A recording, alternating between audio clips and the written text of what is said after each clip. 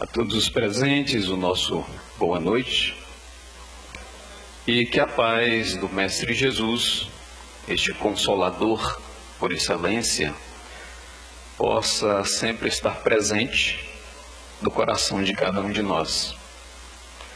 Hoje nós escolhemos, para fazermos esta reflexão em conjunto, o tema que aqui foi colocado: tende bom ânimo, eu venci o mundo.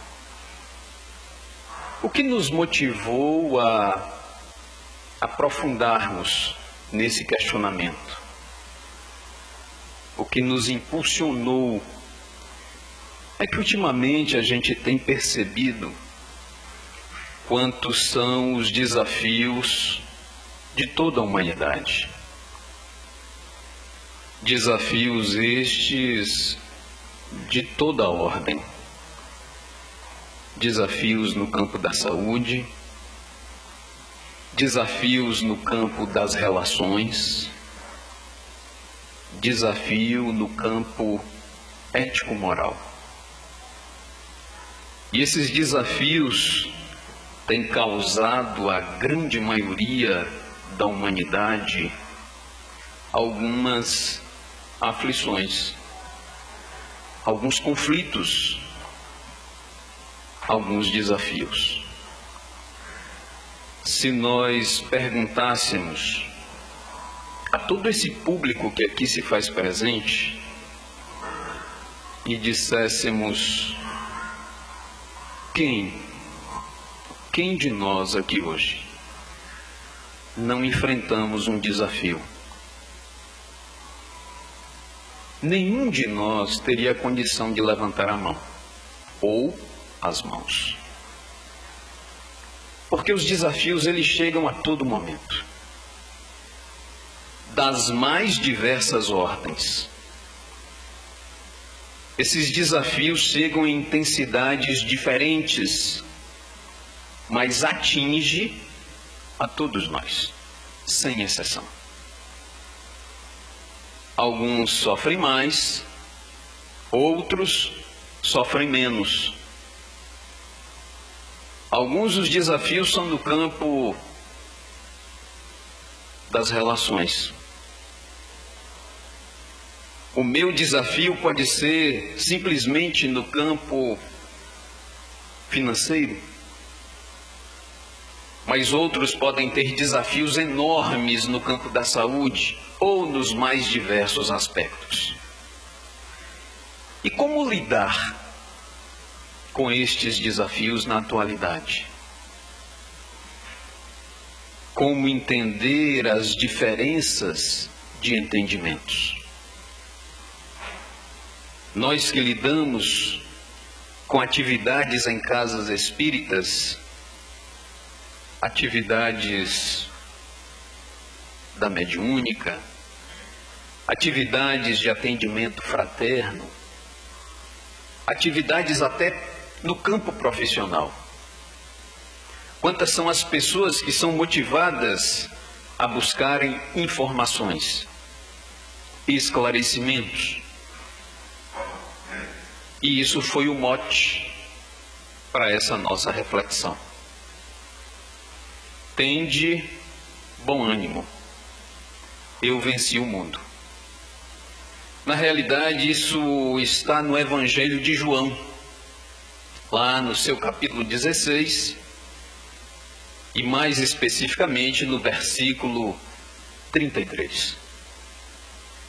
Jesus, reunido ali com os seus discípulos, ele começa a falar sobre diversos aspectos.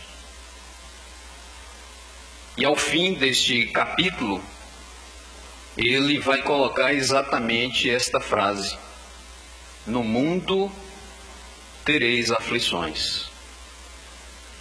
E eu acho que é um momento que nós estamos vivenciando.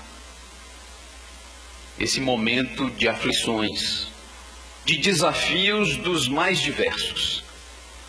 E ele reforça esse entendimento aos discípulos: no mundo tereis aflições, mas tende bom ânimo, porque Jesus, eu venci o mundo.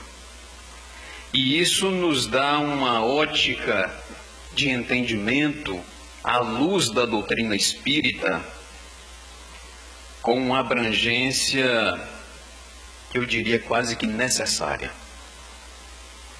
Porque nós precisamos ter esse entendimento. O que Jesus quis dizer-nos quando ele fala para termos bom ânimo, porque ele venceu o mundo? Como se vence o mundo? Como se vence, colocando em outras palavras, estas nossas aflições do cotidiano? Isso é o que vamos tentar refletir em conjunto nessa noite. E aí nós buscamos algo nos ensinamentos da doutrina espírita para nos auxiliar.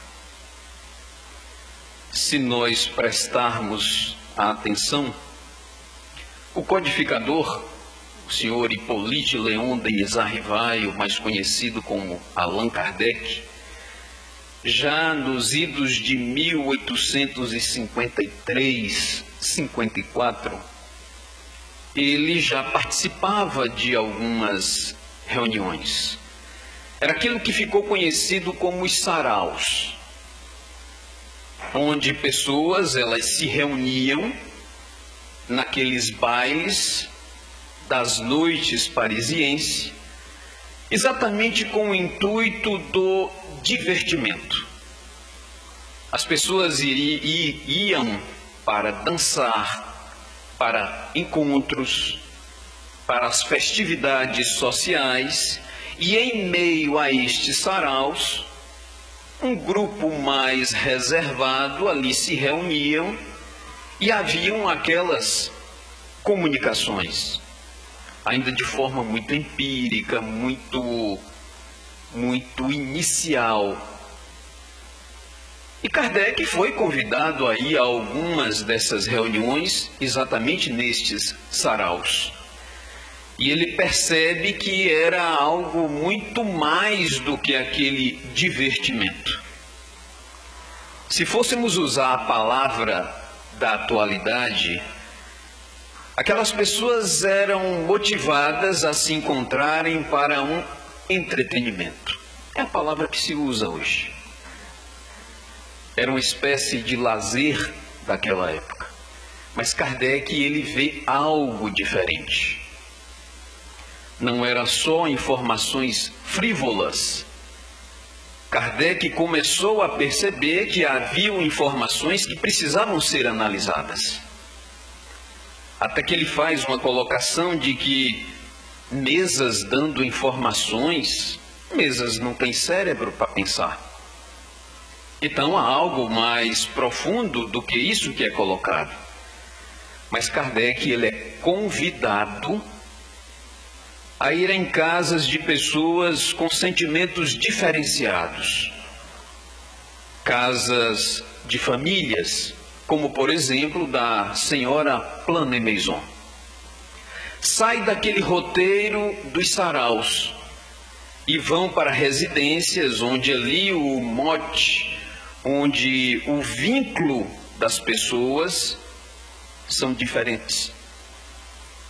E Kardec começa a perceber naquelas mensagens algo muito mais profundo. Enquanto para alguns era divertimento, Kardec começa a ver a possibilidade da continuidade da vida.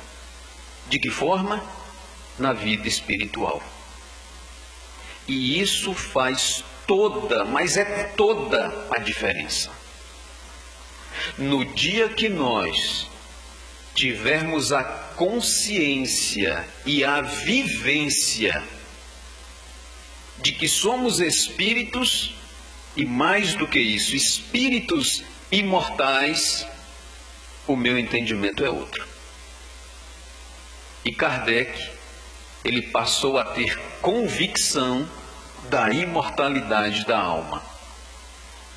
Porque naquelas comunicações, pelos seus questionamentos, pelas suas indagações e pela resposta ou as respostas obtidas, sem dúvida alguma, era de pessoas que tiveram uma vivência terrena e que hoje já se encontravam no mundo espiritual.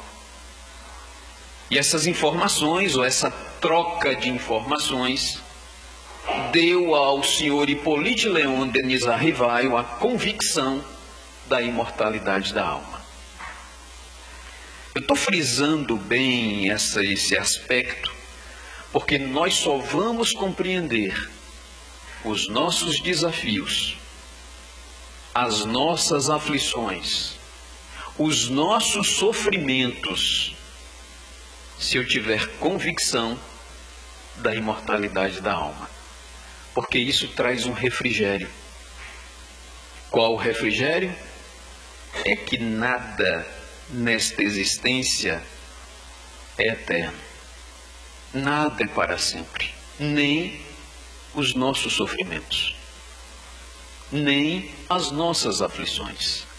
Tudo isso é passageiro. É temporário. E essa ideia traz um consolo. Traz esse sentimento que Jesus coloca, tem de bom ânimo. Eu venci o mundo, mas o mundo no sentido dessa vivência corpórea, terrena. E às vezes nós nos esquecemos quem está dando essa diretriz. Jesus. E alguns aqui poderiam perguntar, mas quem é Jesus para dizer isso? A própria doutrina espírita coloca com muita profundidade quem foi Jesus. Quem é esse Espírito que há um pouco mais de 2000 anos esteve aqui na Terra? No livro A Caminho da Luz, Emmanuel, em um destes capítulos, faz essa observação. Segundo a ciência acadêmica, a grande explosão, o famoso Big Bang, ocorreu há mais ou menos 13,7 bilhões de anos. É bem distante. Mas a formação do planeta Terra se deu há muito menos tempo. Há 4 bilhões e 500 milhões de anos. E o que nos diz esse Espírito Emmanuel? Que Jesus, o governador espiritual do planeta Terra, já estava ali nas responsabilidades, na formação deste planeta. Deu para entender isso? Há aproximadamente 4 bilhões e 500 milhões de anos, Jesus já era o governador espiritual para a formação do planeta Terra. Tem condições de deixar-nos ensinamentos? Sem dúvida alguma. Então, o senhor Allan Kardec, depois desse entendimento, lá em 1857, no lançamento de O Livro dos Espíritos, após alguns anos, no seu momento de férias, ele se dirige ao litoral francês, como que em um retiro espiritual, e ali em 1864 veio a lume o livro O Evangelho segundo o Espiritismo. E neste Evangelho segundo o Espiritismo, lá no seu capítulo 2, O meu reino não é deste mundo, existe um item, que é o item 5, que nos dá a oportunidade de entendimento dessa frase de Jesus. Desse entendimento para compreendermos os desafios que são de todos nós na vivência atual. Será que nós encontramos opiniões divergentes hoje? Será que com estas redes sociais, se eu disser algo, Eu agrado a 100% das pessoas que estão ali a me ouvir? Não, não agradamos. Não agradamos porque temos níveis evolutivos diferentes. E lá, no Evangelho segundo o Espiritismo, capítulo 2, item 5, nós vamos encontrar uma mensagem de Kardec intitulada Ponto de Vista. E eu gostaria de ler parte dela, não vou ler na totalidade, mas parte desta reflexão dada por Kardec no Evangelho segundo o Espiritismo. E ele inicia dizendo o seguinte: o ponto de vista. A ideia clara e precisa que se faça da vida futura proporciona inabalável fé no porvir. Fé que acarreta enormes consequências sobre a moralização dos homens, porque muda completamente o ponto de vista sobre o qual encaram eles a vida terrena. A partir do momento que eu tenho esta convicção da imortalidade da alma, da vida futura, nesta que eu estou tendo, da forma corpórea, e na que eu continuarei tendo como espírito imortal, eu vejo os desafios da atualidade com outros olhos. É isso que Kardec está colocando. E mais ainda, para quem se coloca pelo pensamento na vida espiritual, que é indefinida, a vida corpórea se torna simples passagem, breve estada num país ingrato. E quantos de nós reclamamos das nossas existências hoje, dos nossos desafios, das relações difíceis, mas porque nós estamos dando um foco maior, uma ênfase maior do ponto de vista terreno. E talvez eu esteja esquecendo de fazer uma análise do ponto de vista espiritual. Continua Kardec. As vicissitudes e tribulações desta vida não passam de incidentes que ele suporta com paciência, por sabê-las de curta duração. Então aqui vai uma lembrança para todos nós. Nenhum dos nossos sofrimentos são eternos. Nenhum. Tudo que nós estamos passando aqui vai passar. É só lembrar de Chico. Oh, meus irmãos, e esse sofrimento vai passar, Chico? Graças a Deus. Terei momentos de alegria. Também vai passar. Se nós tivermos essa consciência, fica mais fácil, mas precisamos exercitá-la. Sabendo temporária e não definitiva a sua estada no lugar onde se encontra, menos atenção presta às preocupações da vida, resultando-lhe daí uma calma de espírito que tira àquela muito do seu amargor.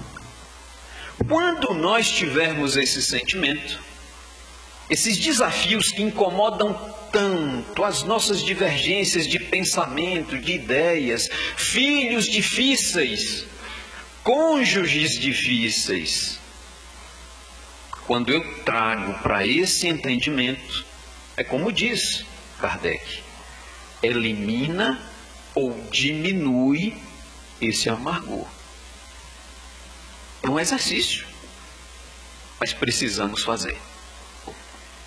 Segue ainda Kardec dizendo-nos, pelo simples fato de duvidar da vida futura, e muitos de nós ainda não temos esta convicção, mesmo dizendo sermos espíritas, o homem dirige todos os seus pensamentos para a vida terrestre, sem nenhuma certeza quanto ao porvir, dá tudo ao presente. Nenhum bem divisando mais precioso do que os da terra torna-se qual a uma criança que nada mais vê além dos seus brinquedos. É divertimento. A gente acha que não vai chegar o nosso dia. Que tudo isso aqui é prazer, é gozo, é meu, é para os meus. Eu fico imaginando se uma classe hoje muito colocada, muito dita, obviamente com raras exceções ou com algumas exceções, se a nossa classe política tivesse consciência da imortalidade da alma, dessa vida futura, como seriam as suas atitudes? Como seriam? Isso é um julgamento nosso. Em outro parágrafo, continua Kardec: a perda do menor destes, ou seja, dos bens materiais, lhe ocasiona causticante pesar. Um engano, uma decepção, uma ambição insatisfeita, uma injustiça de que seja vítima, o orgulho ou a vaidade feridos, são outros tantos tormentos, que lhes transformam a existência numa perene angústia, infligindo-se ele, deste modo, a si próprio, verdadeira tortura de todos os instantes. Diz ainda: o mal que o atinja, como o bem que toque aos outros, grande importância adquire aos seus olhos. E isso é uma realidade.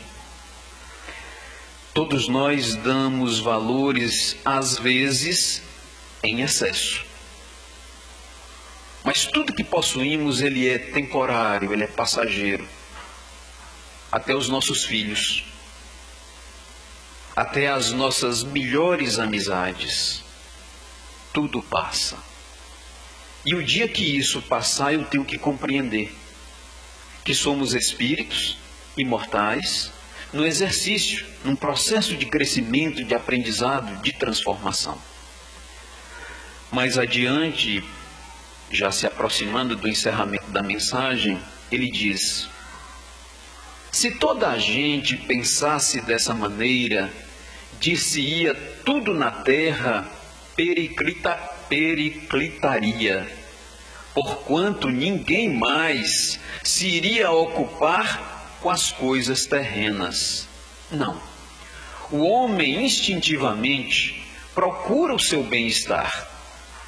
E embora certo de que só por um pouco tempo permanecerá no lugar em que se encontra, cuida de estar ali o melhor ou o menos mal que lhe seja possível. Mas a doutrina também nos esclarece. Deus, consequentemente, não condena os gozos terrenos. Não condena. Condena, sim, o abuso destes gozos em detrimento das coisas da alma. Contra tais abusos é que se premunam os que a si próprios aplicam essas palavras de Jesus: meu reino não é deste mundo.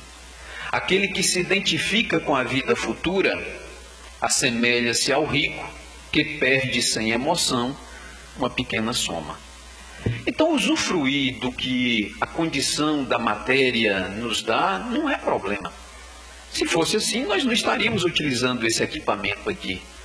Não teríamos vindo de carro, não colocaríamos um agasalho adequado, porque faz parte.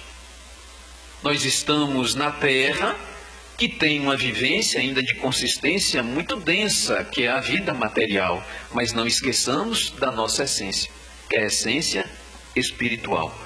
E encerra dizendo essa mensagem: o Espiritismo dilata o pensamento e lhe rasga horizontes novos. Em vez dessa visão acanhada e mesquinha, que o concentra na vida atual, que faz do instante em que vivemos na Terra único e frágil eixo do porvir eterno, Ele, o Espiritismo, mostra que essa vida não passa de um elo no harmonioso e magnífico conjunto da obra do Criador. Então, somos todos filhos deste Criador, com esta relação de vindas e idas, de crescimento, de transformação, de mudanças, mas também de enormes desafios. Nós estamos no ápice da grande transformação. No ápice dessa grande transformação. Não estou dizendo que nós estamos no ápice dos grandes desafios, mas da transição nós já estamos passando.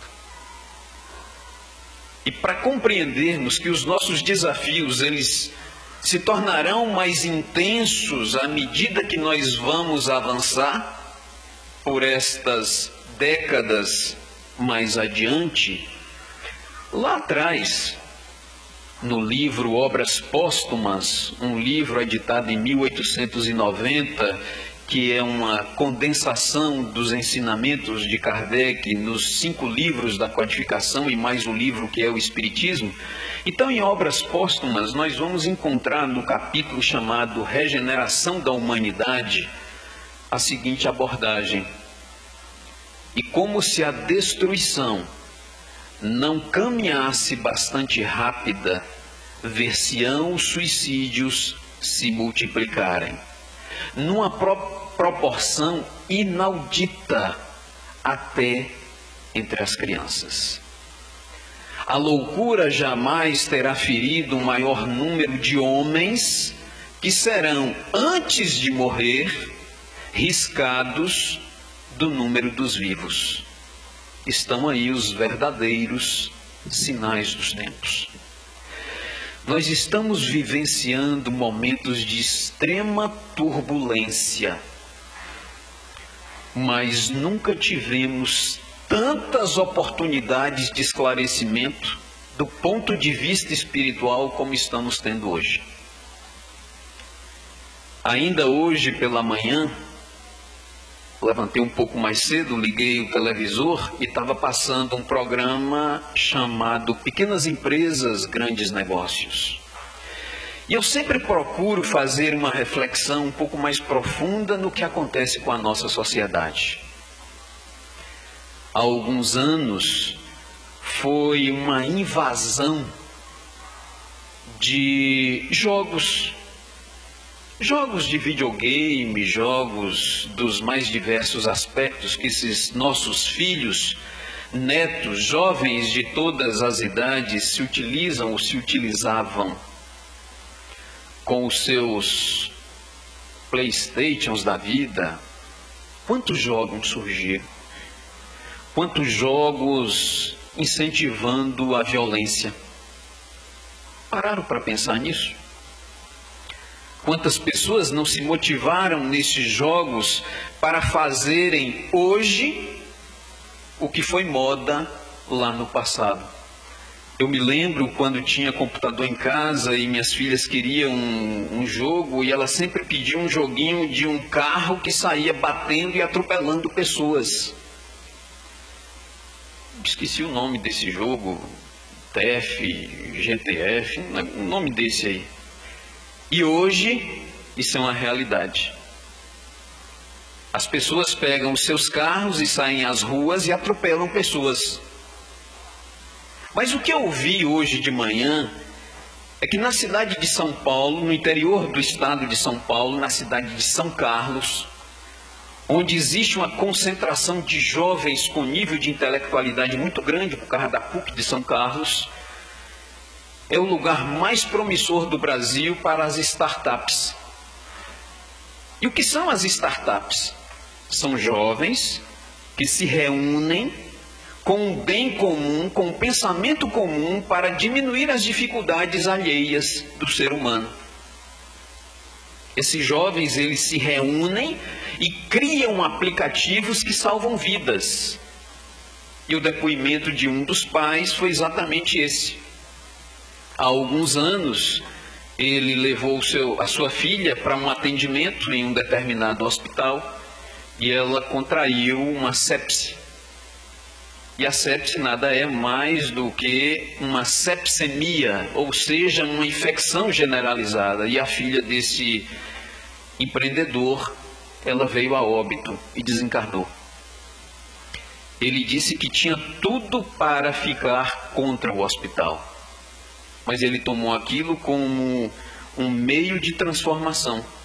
Analista de sistemas que era, ele foi desenvolver um mecanismo para auxiliar aos hospitais, para que detectasse com antecedência sinais da sepse. Ou seja, precisa ser alimentado essas informações em um programa, em um software, onde ali aparece no monitor um sinal de alerta, que o determinado paciente, através do exame que recebeu, do tipo de sono, os batimentos cardíacos, você alimentando esses dados, ele informa com antecedência que ele pode estar tendo o início de uma sepsemia. E o mundo está avançando, mas a passos largos. Mas o que vale mais hoje é externar a violência. E quão desafio não está sendo para todos nós externarmos os nossos pontos de vista.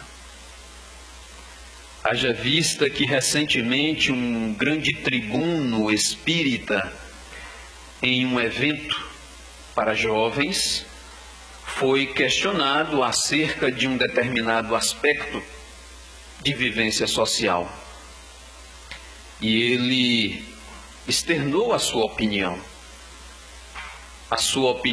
de um nonagenário, a opinião de quem dedicou toda uma vida ao aprimoramento do ponto de vista intelecto-moral, alguém que tem uma assessoria de benfeitores muito próximo.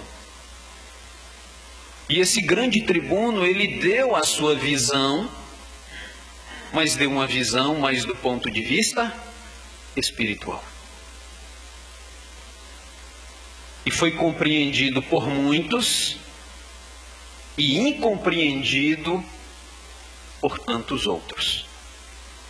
Aqui não estamos julgando a questão que foi colocada como pergunta, mas nós estamos analisando do ponto de vista do que Kardec está colocando neste item 5, ponto de vista.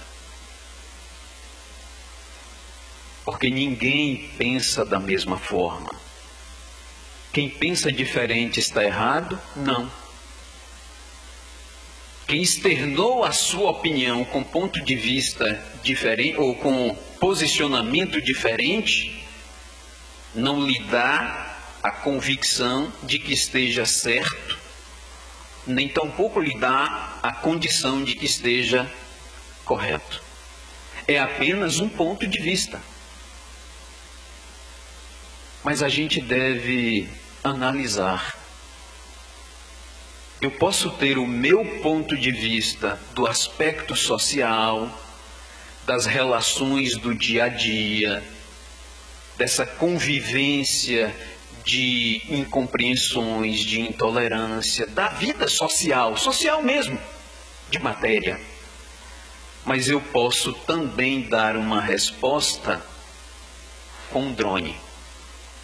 E eu falei isso recentemente e uma jovem levantou a mão e falou assim: com drone? Por que um drone? Porque o drone é a visão espiritual. É como se eu colocasse uma grande câmera aqui no centro e tivesse ali ao nível da terra, numa grande rua da capital paulista, onde o envolvimento, as pessoas passando é muito rápido, mas à medida que o drone começa a levantar, você vai vendo a rua ficar pequena. Você vê aquele bairro pequeno, você vê aquela grande cidade, aquela mega cidade cosmopolita, você começa a enxergar muito pequena. E se esse drone subir muito, você vai enxergar apenas um ponto. A cidade de São Paulo. O que é grande passa a ser pequeno. As nossas relações muito próximas, muito rápidas, elas ficam pequenas diante de uma visão espiritual. E muitos talvez tenham entendido, não desse ponto de vista amplo da espiritualidade, mas do ponto de vista momentâneo, das nossas necessidades, desta relação rápida e em muitas das vezes de interesse próprio. Nós precisamos compreender isso. Eu já ouvi várias vezes dizendo que o espírita é muito tolerante. Eu tomo a palavra que o espírita, ou pelo menos é a ótica que eu procuro trabalhar, não é que eu seja tolerante, é que eu sou um pouco mais compreensivo. Eu procuro enxergar em todo desafio a compreensão do outro. E que talvez o ponto de vista dele seja diferente do meu ponto de vista. E a gente encerra essa nossa reflexão para que tenhamos bom ânimo e vencer exatamente esses nossos desafios, essa relação de convivência, porque hoje, até para você externar a sua opinião em uma rede social, você tem que ter muita tranquilidade, uma enorme tranquilidade, porque por mais que você seja leve ao comentar algo, centenas de pessoas vão concordar com você e outras centenas irão discordar de você. Até na nossa relação entre família, quando os nossos filhos têm pensamentos divergentes do nosso, por que eu estou certo e por que ele está errado? Por que ele não está certo e por que eu posso não estar errado? É esse sentimento que precisamos trabalhar para vencer os desafios do dia a dia, para passarmos com bom ânimo. A mensagem de encerramento eu busquei no livro Caminho, Verdade e Vida, pelo Espírito Emmanuel. É a mensagem de número 3. Quando nós lemos isso na diretoria da União, em uma das nossas reuniões costumeiras na sexta-feira, eu procurei refletir durante toda a semana. Isso eu passei a utilizá-la em algumas dessas nossas falas e estou também utilizando nesta. A mensagem chama-se Examina-te. Então não é eu pedir para alguém ler, é eu ler, é eu estudar, é eu colocar em prática em mim mesmo. Emmanuel, ele traz o título que motiva este Examina-te, é uma frase de Paulo, numa carta aos Filipenses, lá no capítulo 2, no versículo 3, e a frase que está contida neste capítulo diz o seguinte: nada faças por contenda ou vanglória, mas por humildade. E aí esclarece-nos Emmanuel: o serviço de Jesus é infinito. Na sua órbita há lugar para todas as criaturas e para todas as ideias sadias em sua expressão substancial. Se na ordem divina cada árvore produz segundo a sua espécie, no trabalho cristão, cada discípulo contribuirá conforme a sua posição evolutiva. Quem de nós colabora com a Casa Antônio Cruz? Talvez boa parte de nós, mas cada um produz de acordo com o seu nível evolutivo. cada um é diferente um do outro. Diz mais ainda Emmanuel: a experiência humana não é uma estação de prazeres. Muito pelo contrário. Parece-nos que estamos aqui na Terra para o entretenimento. Parece que viemos à Terra para a diversão, para o gozo, para as alegrias da vida do ponto de vista material. E aqui diz: a Terra não é uma estação de prazeres. A Terra é um lugar de aprimoramento. E aprimoramento do espírito. Diz ainda: o homem permanece em função de aprendizado e nesta tarefa é razoável que saiba valorizar a oportunidade de aprender, facilitando o mesmo ensejo aos semelhantes. O apóstolo Paulo compreendeu essa verdade, afirmando que nada deveremos fazer por espírito de contenda e vanglória, mas sim por ato de humildade. Quem de nós hoje está agindo com essa diretriz de ensinamento? Será que nós estamos agindo por humildade ou nós estamos sendo motivados por outros aspectos? Quando alguém diz algo contrário do nosso entendimento, da nossa opinião, e às vezes nós nos arvoramos em combatê-lo. Quando praticares alguma ação que ultrapasse o quadro das obrigações diárias, examina os móveis que a determinaram.